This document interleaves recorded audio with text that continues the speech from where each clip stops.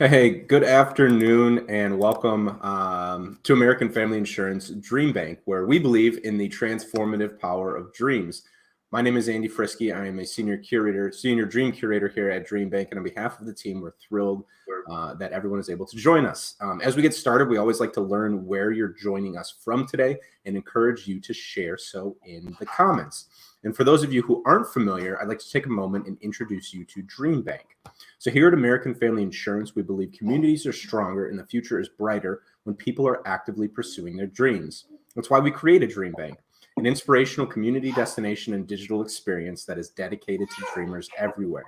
Our offerings are designed to help you celebrate the dream journey, overcome obstacles, and stay motivated. But I'd really like to introduce our featured speaker today, Wendy Conrad. So Wendy is a work culture strategist, certified chief happiness officer, and founder of Your Happy Workplace and creator of Sock Puppet Scenarios on YouTube. She helps small businesses and organizations discover, design, and implement custom work cultures that will inspire teams using the science of happiness.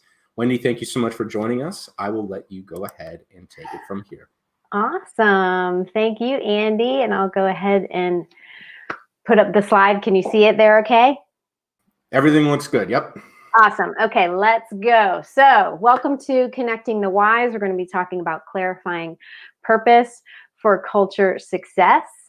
Again, I'm Wendy Conrad. Andy did a beautiful intro of me, so I won't duplicate information there. I founded Your Happy Workplace in 2019. So today, just a little presentation prep.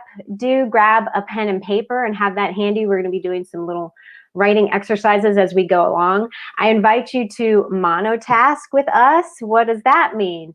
That means be fully present with this presentation. Silence your phone, turn off any social media notifications, close out of any other windows you might have open from whatever device you're joining us from today. Reduce any distractions as much as you can from where you are so you can really take in what we have to share here today. And be kind to your eyes. Don't stare solidly at the screen for the full length of this presentation. Look away every few minutes, blah, blah, blah. Get up and stand and stretch if you need to. Don't stare solidly at the screen. It's no bueno for your eyes. And also questions and comments, there's going to be times when I ask for your engagement, but at any point during the presentation, do ask questions and comment and share as much as you're comfortable with. And just a note, Andy, I lost my double screen capacity. So just so you're aware of that. Let's go, shall we? So presentation overview. Today we're going to be talking about the foundations for building a healthy work culture, why clarifying your purpose is so essential to that. We're going to be talking about organizational and individual whys and how we can connect all of that. We're going to be doing some brief exercising and then exercising.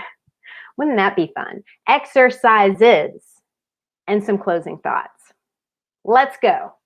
So cultivating a healthy work culture is never a one and done. It takes ongoing effort with leadership at the helm. So what are some foundations for that? Having a clear understanding of the mission, giving everyone that clarity. And again, that's not a one and done either. This mission should be reiterated throughout someone's career with the company and be communicated multiple times in different ways and from different people. So you have that unified message throughout the organization, which makes it so much more impactful. Getting everybody on board with your mission. This starts from their very first interaction with your organization. This involves having that clear mission, communicating your values, and doing it in a way that gets people excited. Leadership involvement is so crucial. Having leadership actively involved in defining and creating the culture, so essential. Otherwise, your culture is happening by default, and who knows what you're going to get. It's a roll of the dice. And leadership is responsible for the feel of what the culture is and being consistent with that. So everyone in the organization does play a role in the culture, but leadership sets the tone for that. Valuing the team, valuing everyone on the team, everyone that is involved in supporting your organization, and not just with words, but also with actions. Actions must be aligned with this value, otherwise it's just performative. It's easy to say, hey, we work on work culture, but if you're not backing up those words with actions, people can see through that. And the last one I want to mention is value the team. What did you say? Didn't you just say that? I repeat this because that's how important this piece is. Expressing to the team that they matter and acting in alignment with that statement. And that overlaps with connecting the whys. So understanding that any working relationship is a give and take, having conversations with the team about what it is they want from their work experience, saying, hey, what's your why? And being clear on that for yourself if you are in a leadership position is powerful. All of our whys are important. The organization, the clients, the team, their professional whys, their personal whys, and connecting all of these whys together is really an art form and a superpower. So you may have a formal mission statement for the organization, and if you don't, or you need to tweak yours, or ask if your current mission statement is in alignment with what you're actually doing, this can be the perfect jumpstart for that. And then that can be communicated regularly in a tangible way and be related to what the team is doing. Part of the formal mission statement's purpose is to breathe life through the company regularly, through actions, through fueling the progress of the organization, and to serve as kind of a baseline or measurement for everything that you're doing, asking, how is this thing that we're doing here furthering the mission? So before we move on, it's important to have kind of a baseline definition of what we mean when we're talking about purpose. It's the reason for which something is done or created, or for which something exists. So we need to figure out what those reasons, what those purposes are for ourselves. And when we say ourselves, we're talking about the organization, ourselves as individual human beings. And it's also helpful to know what that is for everyone else on the team. And I'll talk a little bit more about that in a few minutes. LinkedIn did a study that showed that 49% would trade salary for a sense of purpose. Everyone's talking about the Great Resignation. This is one of those things that you can work on and incorporate into your culture that prevents people from leaving, something that is valuable to people. That's how important purpose is. The study also talked about purpose-driven professionals and how valuable they are to the team. 30% are high performers. 50% are likely to promote the organization.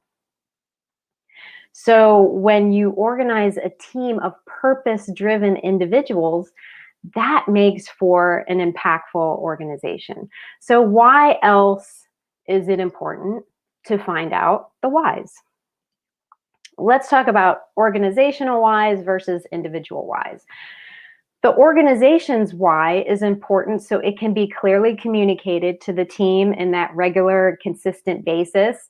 So you can connect those dots between what each of you does for the organization and how that leads back to the overall purpose. Individual whys are important.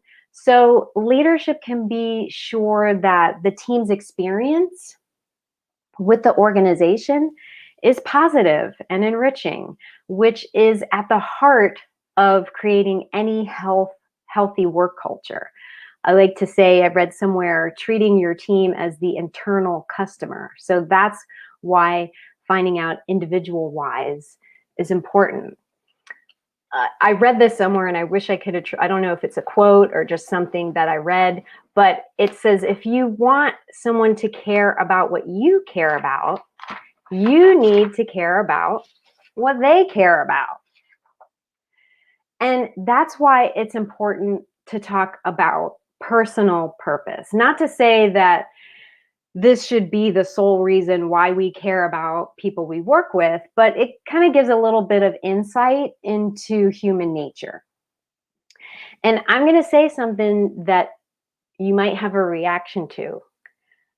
It's okay if this is just a job for someone. A mistake I see business owners make is expecting their teams to treat their jobs as their entire identity, as their entire life. And as a small business owner myself, I get that, but that's not the relationship the team might have with the organization and with their work, and nor should it be. Because we can have personal goals and still be good at our job. We are multi-dimensional beings. So imagine the impact it would have on the team if you recognized and supported their personal goals and their dreams. Everyone wants to be seen and heard, and this is all part of that. So the days of having the same job until you retire and then die are long gone. You know, nobody's getting a gold watch after 50 years. It just doesn't exist anymore. So if you know team members are with you for a few years at a time, wouldn't you want those years to be the best they can be, not just for you having them as an employee, but for them also? And you might have seen a lot of examples out there where a company invests in a team member's education so they can achieve a dream of being a professional somewhere else, maybe in a different industry. You see it on Undercover Boss all the time. Investing in your people this way might feel like a waste of resources, but trust me, it's not. Why do organizations do this? When you help people accomplish their dreams, they will do just about anything for you. And that can save a lot of time. So this optimizes their time with you no matter how long that is. So think about the ripple effects that this will have on someone who's left the organization. They could be telling their friends who might be qualified and talented about what a great company it was to work for and refer them to you as potential team members. They'll be telling everybody they know about what a great company it is and drive business. So it has ripple effects that you may not be able to see the value in right away. So here's the part where I'd like you to grab that pen and paper that you have handy, or a Word document, whatever. I'm old-fashioned. I like to write. We're going to ask some questions now with respect to the organization that you work for. And this can be whether you are in a leadership position or not.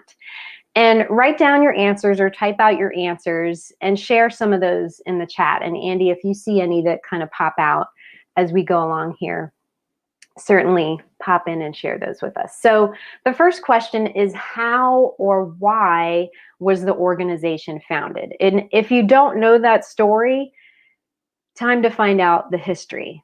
And this really should be a part of the onboarding process for anyone who's joining the organization on any level, because storytelling is really powerful. And then what's the organization's mission? Who does your organization help? What do you believe your organization does that no one else can?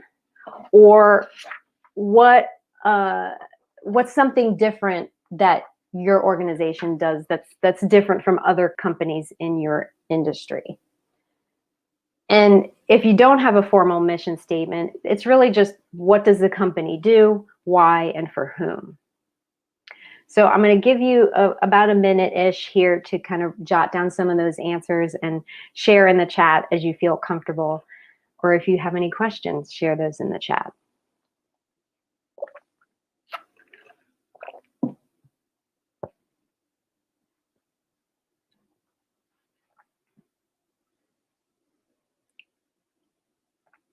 So as you're writing too, I just want to mention that this is an activity that you can do with your teams or your department or whatever, that can kind of refresh every year or half a year, every couple years. If you add new team members, this is a great activity to do with the team, or when the purpose of the organization evolves. I know a lot of businesses in the past couple of years have evolved a lot with their mission. So it's a great thing to do with the team to kind of refresh and connect people to the mission. So Andy, I'm going to move on if you don't see anything that is popping out at you. So now we're going to talk about your individual why. Why did you choose this organization? Or why did you create this organization if you're a small business owner? What contribution do you make to the overall purpose? So how is the work that you're doing for the company contributing to that overall mission? What inspires you to do the work that you're doing? And who do you impact with the work that you do? And that can be a coworker, it can be your community, it can be your family, customers, clients, whatever. So write those down for yourself. And if you have any aha moments or questions, feel free to pop those in the chat if you wish. And I'll pause here for a few seconds to give everybody a chance to think about these.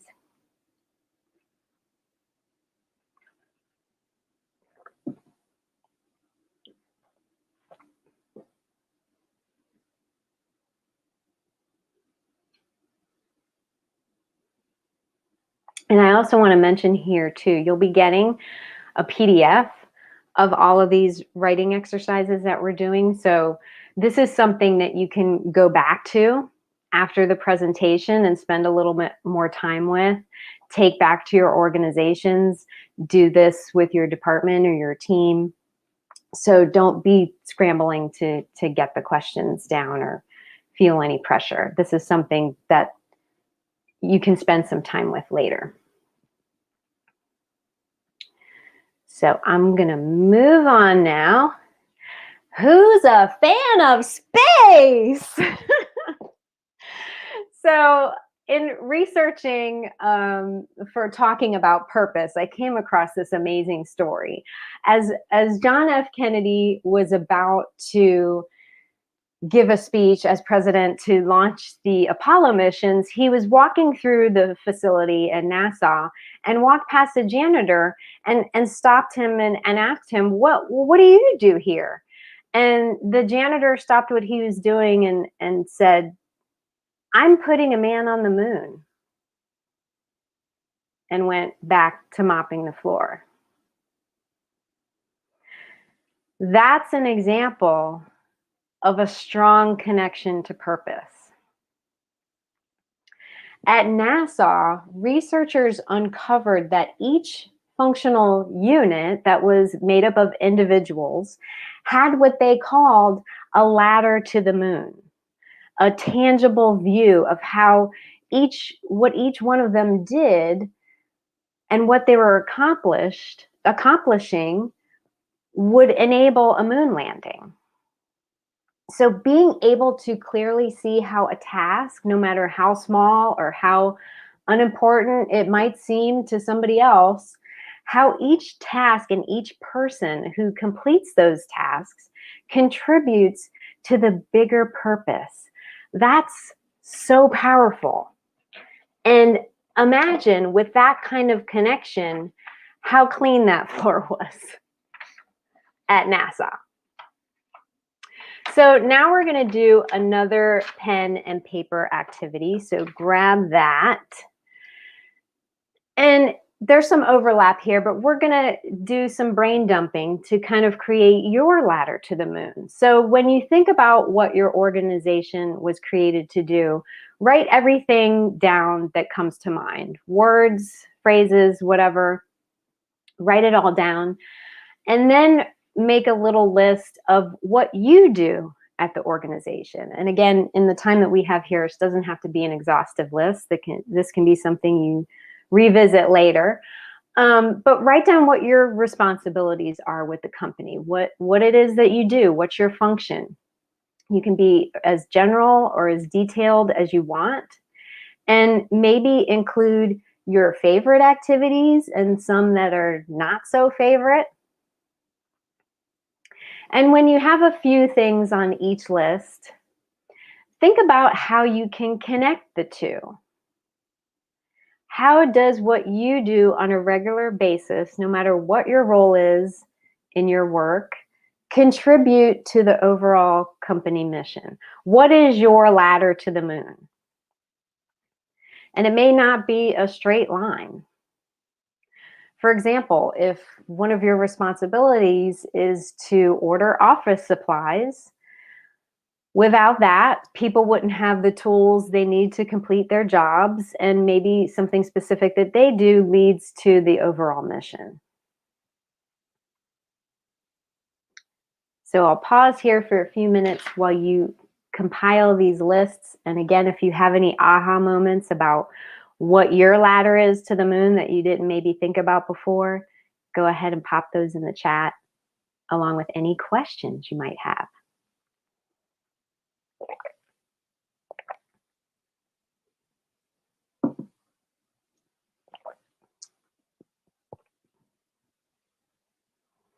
And again, you'll be getting the PDF link at the end. So this is certainly something that is to take a little bit more time with, to sit down with, to think about, reflect upon. And if there are no revelations out there, I will go ahead and move along. So how does this, all of this stuff, relate to your culture and the success of your organization? If you can't connect your role directly or indirectly in some way to the organization's mission, and again, it doesn't have to be a straight line per se, then you might not feel like what you're doing matters.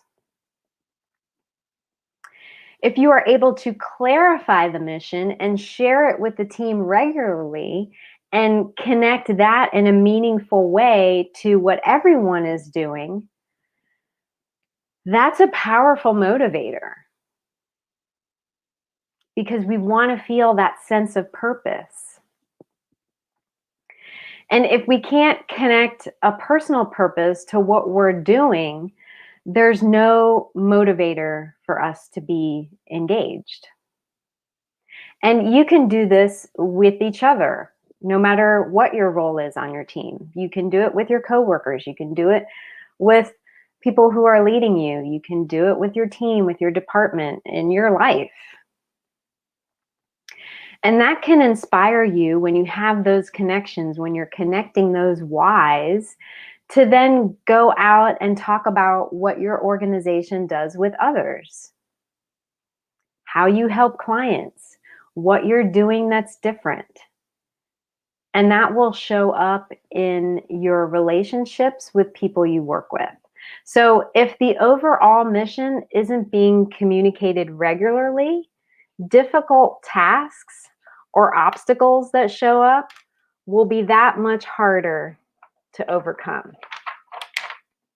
Think about how hard something like a pandemic would hit an organization without a clear purpose and without the team feeling connected to that purpose.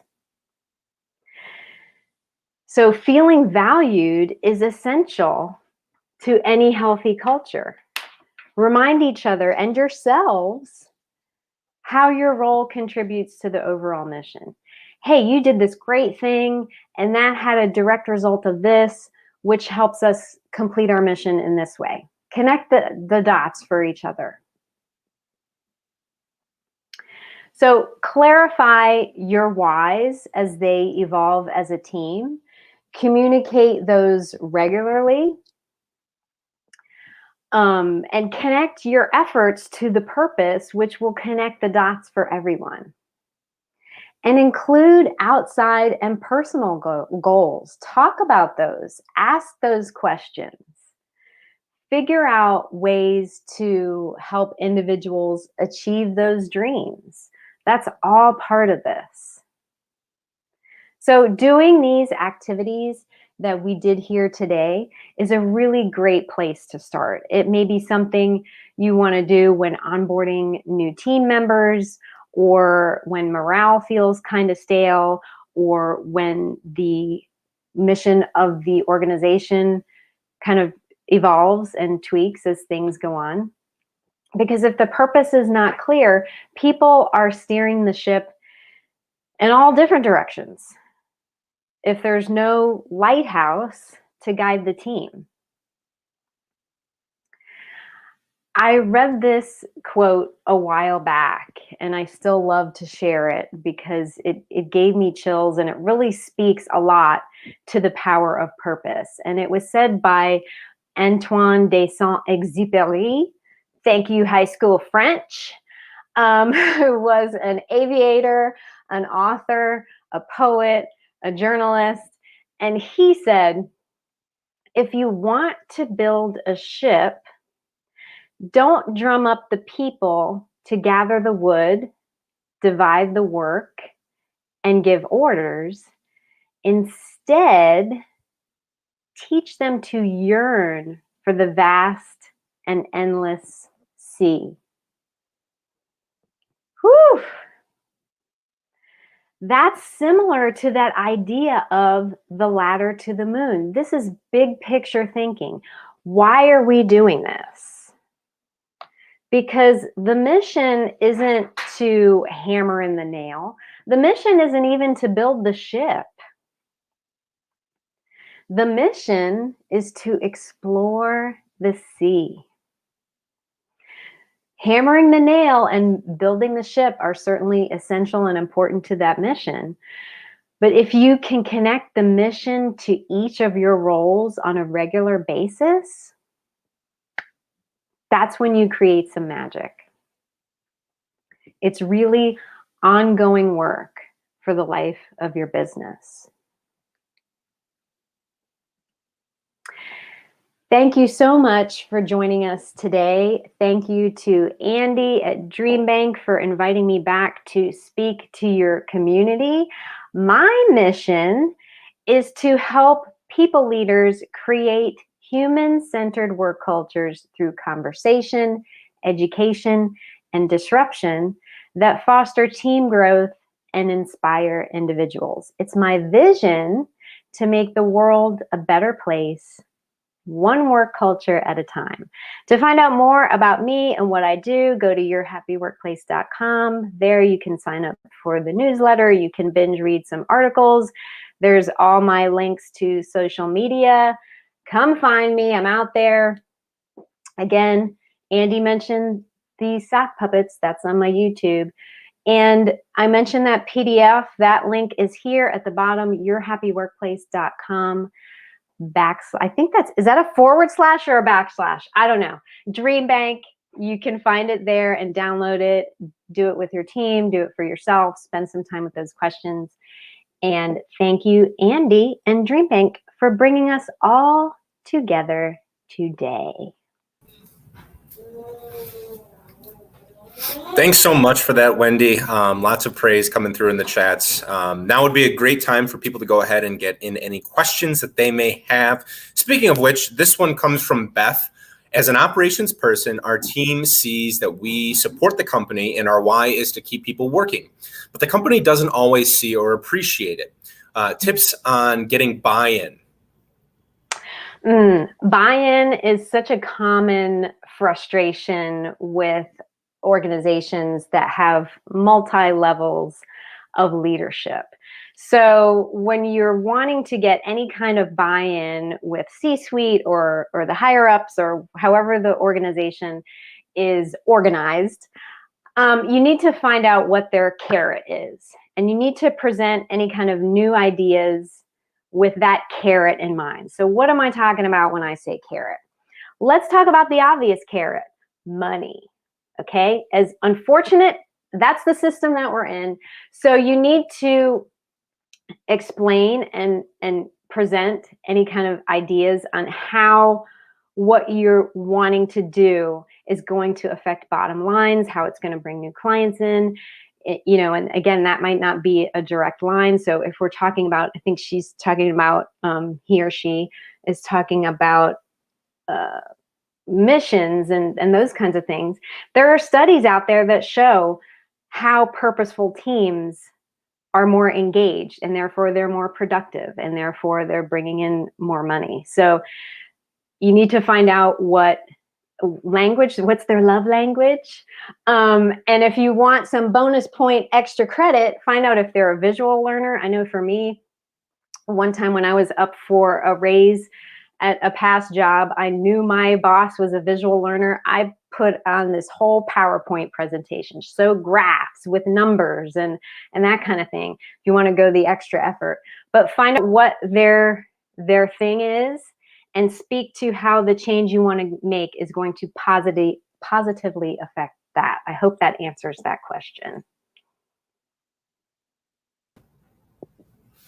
Thank you so much for that, Wendy. I really enjoyed how, really kind of played the audience in that situation as well, too.